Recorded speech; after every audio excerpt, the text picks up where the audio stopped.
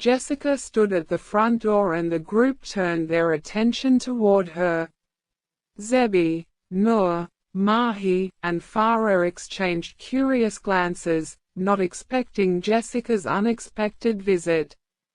And the main fact was, Jessica wasn't a familiar face among their close-knit group. Jessica inquired, "Can I come in?" Everyone looked at each other again, a silent agreement passing between them that they didn't have much of a connection with Jessica. They were silently questioning how Jessica, a classmate with whom they didn't share a close bond, ended up at their doorstep. "Sure," Mahi added, gesturing for Jessica to come in. After all, it wasn't their style to turn someone away. Once inside, Jessica looked around at the somewhat chaotic scene of cleaning.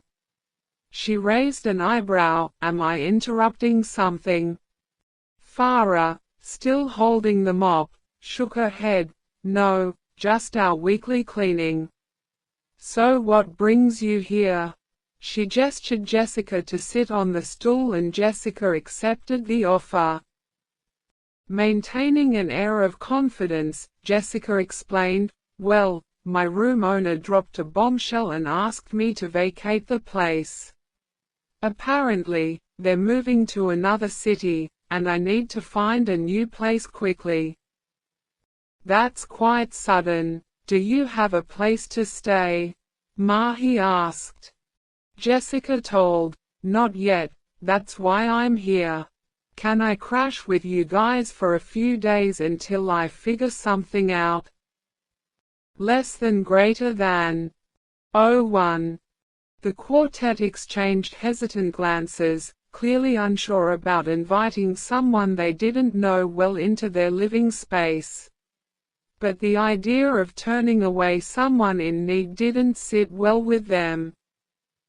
Zebby voiced their collective uncertainty. "I mean, it's a bit unexpected. Are you sure you'll find a place in a few days? It's not easy to secure housing in Kuala Lumpur on short notice." With a confident demeanor, Jessica tossed her curly hair back and responded, "Trust me, I've got this. I don't plan on being a burden. Just need a temporary spot until I figure things out." Noor chimed in, "Are you sure about this? We don't want any awkward roommate situations." Jessica smirked. "Don't worry. I'm low maintenance. You won't even know I'm here." With a collective nod and a sense of cautious acceptance, the group agreed to let Jessica stay for a few days. Zebby, Noor, Mahi, and Farah exchanged glances, silently contemplating the unexpected turn of events. Zebby spoke up, "All right, Jessica. You can stay for a bit. But, you know, it's a student apartment, not a luxury hotel." Jessica chuckled. "Don't worry, I'm not expecting room service. I just need a place to crash temporarily." "So, when are you planning to move in?" Farah asked. Jessica tilted her head and replied, "I'll bring my stuff tomorrow. Hope that works for you all." Noor nodded, "Sure, tomorrow it is. We'll make some space for you." Ava meticulously went through each shopping bag, unfolding the clothes with a mixture of surprise and disbelief. She couldn't fathom how Ibrahim managed to find the exact replicas of her previous clothes, from the color to the size. Her bed was now adorned with bags filled with these new clothes. Ava couldn't help but express her amazement. Ibrahim really did it. How on earth did he find the exact same pieces? It's like a magic trick. In the midst of her thoughts, Yasmin, the maid, entered the room, visibly flustered. Ava noticed her heavy breathing and questioned, "Yasmin, why are you breathing so fast?" "01. Mr. Rahman ordered me to organize the closet, but I got caught up with other tasks and forgot about it. Yasmin explained somehow. You know what, Yasmin? I can handle this alone. You can do other works. Ava offered. Yasmin replied, but if I don't complete my tasks, Mr. Rahman might dismiss me from work. Shaking her head in resignation, Ava relented. Fine, go ahead. Organize the closet. When Yasmin started arranging the newly acquired clothes in Ava's closet, Ava went towards the study room. Entering Ibrahim's study, Ava found him, engrossed in a book, sitting on a chair with various books scattered on the desk. He wore a light brown full-sleeved t-shirt paired with black pants, his focused demeanor catching Ava's attention. Moving closer, Ava noticed the book Ibrahim was reading, and it was one from her syllabus. She questioned him, "Are you reading my book?" Upon seeing Ava, Ibrahim motioned to the chair beside him, inviting her to join. And Ava settled into the chair. Ibrahim replied, "Yes, I promised to help you complete your syllabus before our weekend getaways. So, I need to read too." Ava nodded in understanding and then shifted the conversation. "How did you find all my clothes?" They were exactly the same, and street markets usually follow current trends. They don't keep stock of previous items. Wearing a mysterious smile, Ibrahim responded with a nonchalant, He playfully remarked, "You asked for it, and I brought it. If I start explaining how I manage, we'll need to climb mountains of details, and it might hurt my ego. A man should maintain some mystery, shouldn't he?" Ava furrowed her brows. "Tell me," she insisted. Shaking his head with a smirk, Ibrahim decided to keep the mystery alive. Let it be a mystery. Today, let's start a new chapter. Ava didn't ask further. "Which topic are we diving into today?" SHR asked. "So today, we're delving into the Haydar Aliyev Center in Baku," Ibrahim responded. 01. The lesson unfolded. Ibrahim provided detailed insights into the design principles, structural innovations, and the architect's vision behind the Haydar Aliyev Center. He tried to make Ava understand everything in a simple way. As the 1-hour session concluded, Ibrahim closed the book and shut the laptop. Turning toward Ava, he declared, "Now, it's time for a quiz. Let's see how much you've absorbed." Ready to showcase her understanding, Ava said, "Sure, I'm ready." He intentionally moved Ava's chair slightly closer to his own, a movement that caused their shoulders to gently brush against each other. He initiated, "Tell me about the unique structural elements employed in the Haydar Aliyev Center." Ava pondered the question. She looked upward, attempting to recall and responded, the fluid forms, right." Ibrahim prompted further, "Yes, but can you elaborate on how those forms challenge traditional architectural norms?" "Well, they kind of break away from straight lines and stuff." Ava struggled a bit. Ibrahim simply placed his right hand on her left thigh as he continued, "Good effort, baby girl. Now, what about the material used in its construction?" Feeling the unexpected touch on her thigh, Ava looked down in surprise and asked, "What is this?" Ava looked at him with her furrowed brows. Ibrahim shook his head. "I want answers of my questions, baby girl. Don't let distractions break your concentration." Inside Ibrahim's mind, a myriad of thoughts and intentions swirled, creating an enigma that even the closest observer would find challenging to unravel. Caught between the challenge of answering Ibrahim's questions and the distracting sensation of his touch, Ava hesitated for a moment before answer, her gaze momentarily escaping toward the desk as if seeking refuge from Ibrahim's gaze.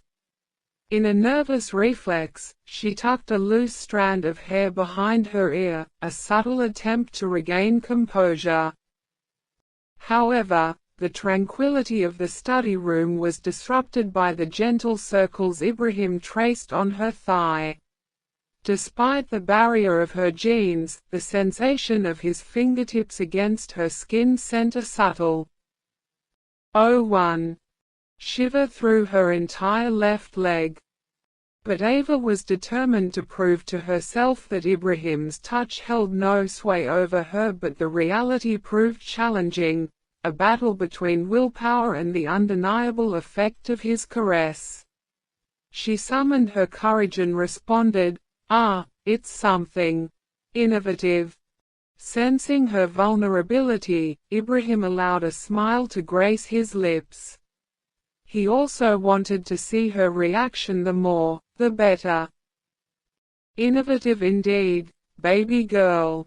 But what is the main material?" He lightly pinched the flesh of her thigh. The sensation was neither painful nor unpleasant but rather ticklish, prompting Ava to place her hand over Ibrahim's in an attempt to move his hand away from her thighs. But Ibrahim was being Ibrahim. He skillfully resisted her attempts. Fiberglass, she hazarded. Her hand was guarding his hand not to do anything. "Very close. It's reinforced concrete," he disclosed, and his hand ventured higher on Ava's thigh. "Very close. It's reinforced concrete," Ibrahim disclosed, and his hand ventured higher on Ava's thigh. His each touch was sending a subtle wave of anticipation through the air. Feeling his hand edging toward a territory that made her uneasy, Ava pressed her own hand firmly over Ibrahim's. She was silently signaling a boundary not to be crossed. His hand came to a gentle halt, respecting the unspoken limit set by Ava. Her eyes met his, a mixture of uncertainty and a hint of frustration evident in her expression. She took a deep breath, preparing herself for what might come next. On the other hand, Ibrahim maintained an outward calmness, his gaze unwavering and seemingly innocent. He was looking at Ava as if he were the embodiment of innocence itself. Breaking the silence, Ava questioned, "What are you doing?" Ibrahim's reaction was a playful yet smooth smile. Leaning back in his chair, he withdrew his hand from Ava's thigh, his fingers lightly trailing down her leg before settling back on the armrest. The atmosphere shifted as he nonchalantly remarked, "Nothing, just testing your focus." Opening the book once again, Ibrahim resumed his role as the mentor, seemingly unperturbed by the effect of his actions. Ava, however, couldn't tear her gaze away from him. How he could remain so composed while she grappled with the aftermath of his touch. Internally, she grappled with the intensity of emotions stirred by his touch and marveled at his calm demeanor. There he was, unaffected by the emotional whirlwind he had incited with a simple touch. Yet, she resisted raising her voice, unwilling to give him the satisfaction of knowing the impact he had on her. "Less than greater than 01. I didn't feel your touch at all, it didn't divert my attention," she asserted. 01. Without glancing at her, Ibrahim extended his hand, gently patting her head. Ava sighed and again told, "I know you're all tricks. You're confusing me again." She looked in the front towards the desk, and her brows furrowed. Ibrahim nodded. I know, baby girl. I know that your focus is intact. She again looked at him, her eyes searching for answers, asked hesitantly, are you mocking me? Ibrahim met her gaze, his expression softening. Mocking you? How can I mock you? He replied, a genuine perplexity in his tone. You're the most valuable person to me, Ava. How could I mock someone I hold so dearly? Ava murmured, then why is he doing this if I'm valuable to him? She said to herself, but Ibrahim heard. He leaned back in his chair, taking a deep breath as he locked eyes with her. In that moment, his gaze held a depth of sincerity as he revealed a truth that cut through the layers of their complex relationship. You're my weakness, Ava, Ibrahim confessed. To me, you're the most desirable woman for me and the most beautiful woman I've ever seen. It's not just about your outer beauty, your heart it is beautiful too. And I, Ibrahim Rahman, want a place inside your heart for me. Ava blinked in response, the weight of Ibrahim's words settling in. When he expressed his desire for a place in her heart, an unexpected door seemed to open in her heart. Unbeknownst to Ava, a subtle transformation was underway. In the midst of captivity and coercion, a complex emotion began to blossom. She was falling for the man who was sitting in front of her. She didn't realize that she had started to fall for the man who had kidnapped her, who had forcefully married her. The Stockholm Syndrome, like an enchanting spell, worked its magic on her. She had started to fall for her husband, a man whose actions had initially instilled fear. Their eyes locked, a silent conversation unfolded, a tale only they could understand. Overwhelmed by the emotional turmoil, she looked away. She couldn't maintain eye contact, especially now, when her heart wrestled with a kaleidoscope of emotions. Love had entered the equation. But they had to go through a long path. Her feelings needed examination, a journey that would reveal if it was genuine love or a product of the circumstances that bound them together. The boundaries she had meticulously built seemed to crumble. Ibrahim observed Ava as she gulped, her breaths deep and deliberate.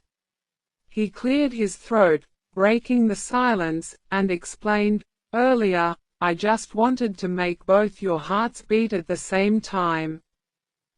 Ava's mood abruptly shifted, confusion etched across her face. Both hearts? She questioned, her expression revealing genuine bewilderment. Doesn't everyone have only one heart? Ibrahim relished in her confusion. He couldn't help but find amusement in her innocence. Most people have only one heart, but... He trailed off, leaving the statement hanging in the air. Ava's confusion deepened. She pressed for more information. But what? Ibrahim remained silent, enjoying her state of perplexity, a playful smirk playing on his lips. But what, Ibrahim? Ava insisted, a touch of urgency in her tone, wanting clarification on whether she possessed an unusual anatomy. She checked her left side, placing her hand over her heart, then moved to the right side. Of course, there was no heartbeat on the right side. Do I have two hearts? Ibrahim nodded, and her mouth fell open in disbelief. How? She asked, her voice filled with incredulity. She had checked her body multiple times, and no doctor had ever mentioned such a peculiar condition. Here Ava grappled with the anxiety of having two hearts. Ibrahim sat calmly, his gaze fixed on her. Glancing at his wristwatch, he declared, I have to go to the office now. As Ibrahim rose from the chair, Ava looked up, a cascade of questions tumbling from her lips. How can you leave me like this? Haven't we consulted a doctor about this? What if it's harmful to have two hearts? And where is the second heart? With a reassuring smile, Ibrahim replied, Don't take pressure, baby girl. Your second heart doesn't beat usually. Ava's brows furrowed in worry, and she stood up, moving to face him directly. It doesn't beat, then what does th second heart do? Oh, one. His smile softened as he explained, Yes, the second heart beats occasionally and it won't harm you at all. Ava was looking visibly tensed. She grabbed Ibrahim's forearm, seeking reassurance. It won't harm, really. Ibrahim looked into her eyes and assured her, Don't think too much. It's just a rare condition. But don't tell anyone now. What'll happen if I tell? Ava asked, curiosity etched on her face. Cradling her face in both hands, Ibrahim softly responded, Then they will be scared too, just like you are now. Ava nodded in understanding, and in a moment of unexpected tenderness, Ibrahim leaned in, placing a gentle kiss on her forehead. And Ava, momentarily puzzled by this softer side of him, questioned when he had become so tender. She quickly stepped back. Isn't it getting late for you now? Ibrahim casually tucked his hands in his pockets and replied, It is getting late, but I don't want to go. I just want to sit and watch you all day. Stop flirting with me, Ava replied. Jessica sat on the plush bed in the hotel room, enveloped in the warm glow of lights that adorned the space. The television hummed softly, casting a gentle glow on her face as she waited for Professor Saeed. The room exuded an ambience of luxury, with its tasteful decor and muted colors creating a serene atmosphere. The curtains were drawn, allowing a glimpse of the city lights outside, shimmering like distant stars. The room, booked exclusively by him through the connection of his friend who owned the hotel, bore traces of familiarity. It had become their rendezvous point for their special private meetings, a place where the outside world faded away. Jessica, glancing at the clock on the wall, noted the passing time. Professor Saeed had instructed her to meet him here, yet an hour had elapsed, and he was yet to arrive. The soft ticking of the clock seemed to echo the seconds slipping away. Time passed, and the click of the door unlocking by a key drew Jessica's attention. She turned towards the entrance, and there stood Professor Saeed, finally arriving. I've been waiting for you since the evening, and now you decide to show up. Jessica greeted him with a mild irritation. Professor Saeed, wearing a rueful smile, explained, Traffic jam, my dear. It's the bane of my existence. He came and settled beside Jessica on the bed. Jessica sighed. Always the traffic. You need a helicopter or something. I'll consider it for our next meeting. How about that? Professor Saeed replied, adjusting his glasses. Jessica switched off the TV remote and looked at Professor Saeed. Well, make it up to me, she teased. Less than greater than. Oh, one. Professor Saeed moved closer, and how do you suggest I do that? Oh, one. Jessica's lips curled into a smile, maybe with dinner, something you owe me for making me wait. Professor Saeed agreed, deal. I'll order the best dinner this hotel has to offer. So, How's Farah doing? What's she up to? She's the same, you know. Nothing out of the ordinary. Evenings are reserved for her boyfriend Alara. Then it's back to the apartment, hitting the books for exams. The usual routine, Jessica continued. Zeba, no. Professor Saeed interrupted her. I'm only interested in Farah. Don't care much about the others. Of course, only Farah matters. The rest of us are just background noise. Jessica played along. Professor Saeed reached into his bag and pulled out 2 hidden cameras and presented them to Jessica. Her eyes widened in surprise as she regarded the unexpected items. What are these for? Jessica asked with a hint of curiosity. Attach them to Farah's attached bathroom. That's all you need to know, Professor Saeed replied. Holding the hidden cameras, Jessica voiced her reservations. This feels wrong, Professor. Why do I have to do this?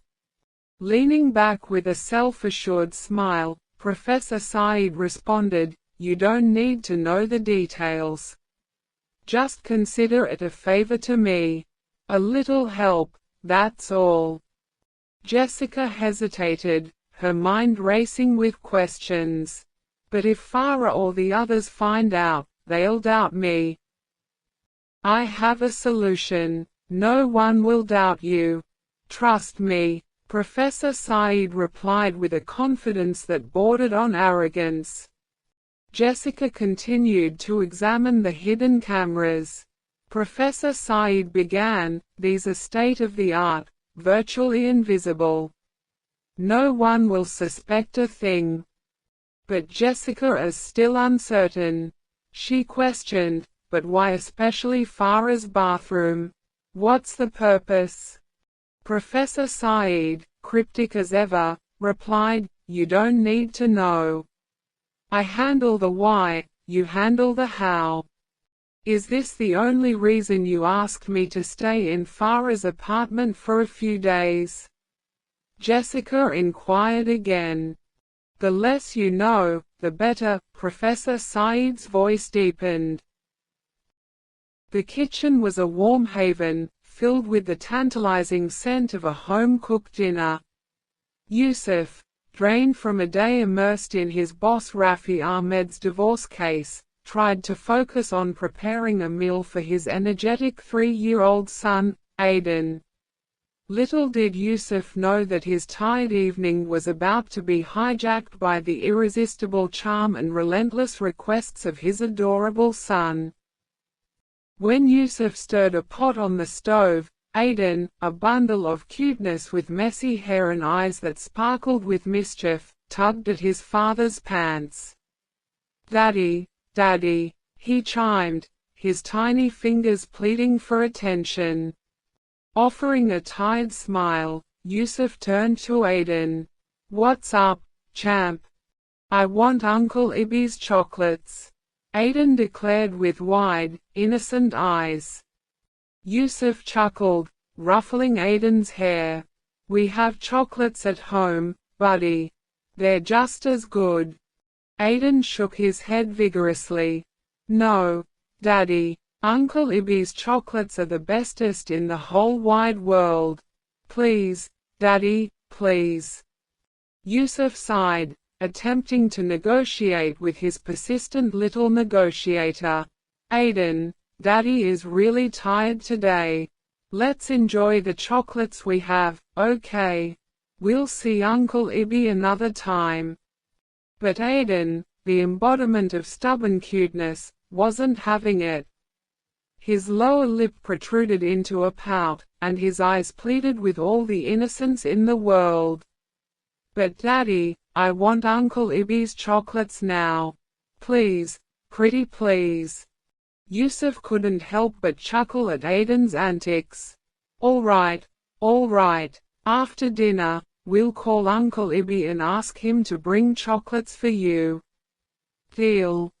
Aiden's face lit up with sheer joy. "Yay, Daddy, that's good. I want chocolates from Uncle Ibby. As Yusuf resumed his cooking, Aiden continued to bounce around the kitchen, a ball of energy and excitement. Daddy, can we call Uncle Ibby now? I want to tell him I want chocolates. Yusuf was juggling pots and pans. Not yet, Aiden. Let's finish dinner first, then we'll call Uncle Ibby. Oh, one. Aiden decided to try another tactic. Daddy, I'm so hungry. Maybe Uncle Ibby's chocolates will make me not hungry anymore. Yusuf shook his head. Nice try, little negotiator. Let's focus on dinner, and then we'll talk to Uncle Ibby. In the study room, Ava carefully attached the frame to the painting she had recently finished. Once satisfied with her work, she decided to show Ibrahim. She went towards their bedroom and found him standing on the balcony, a cigarette dangling from his right hand. The aroma of smoke wafted through the air, and Ava hesitated at the entrance, unable to tolerate the smell. Ibrahim, she called out, and he turned to face her. She turned the painting towards him. The painting you had asked for earlier. It's completed. Ibrahim approached her and accepted the artwork with a smile in his face. The cigarette remained in his hand. Before he could comment on painting, Ava retreated to her bed. Ibrahim observed her movement. Won't you ask for money? Sitting on her bed, she replied, 5000 ringgit. You can give it later. Ibrahim, reaching for his phone on the dressing table, swiftly processed an online transaction to Ava's account. As he took a drag from the cigarette, he informed her, I've sent the money. Ava hid under the blanket. She was feeling the discomfort of the cigarette's smell. Ibrahim asked, why is she sleeping so soon today? Peeking out from under the blanket, Ava explained, I'm not sleeping, actually the smell is getting unbearable for me. And Ibrahim realized his oversight. He momentarily forgot her aversion to the smell of cigarettes. He abruptly threw the cigarette towards the balcony. The lit end glowed briefly in the night before disappearing over the edge. He threw the cigarette outside without leaving his gaze with Ava. Oh, one. Ava watched as the cigarette sailed outside. I didn't ask you to throw it, you know. You can smoke outside. Holding the painting, Ibrahim approached the wall where a hook awaited its new adornment. He placed the painting on the wall. Sorry, baby girl. It's my fault. I totally forgot that you can't bear the smell. Ava, who had transitioned from lying to sitting on the bed, couldn't help but be curious. From when did you start smoking? Taking a seat on his single bed, Ibrahim contemplated for a moment before responding, I started when I was 25. Can't you quit? It's harmful, you know. She proved further. I didn't start smoking with the intention of quitting one day. It helps me, Ibrahim replied. Ava, her brows furrowing, persisted, but it's not good for your health. Health isn't my top priority, Ava. Smoking, in a way, has its uses. Helps me to focus, helps me to think. In my line of work, you need something to clear your mind. Ibrahim presented a unique way of expression. There are better ways to clear your mind, Ibrahim. You can't let a habit control you. Ava insisted. Ibrahim countered, in my world, priorities are different. Survival comes first, Ava. Not everything is black and white. Sometimes, habits become a part of who you are.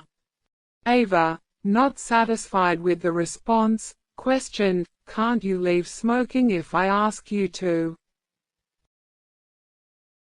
01.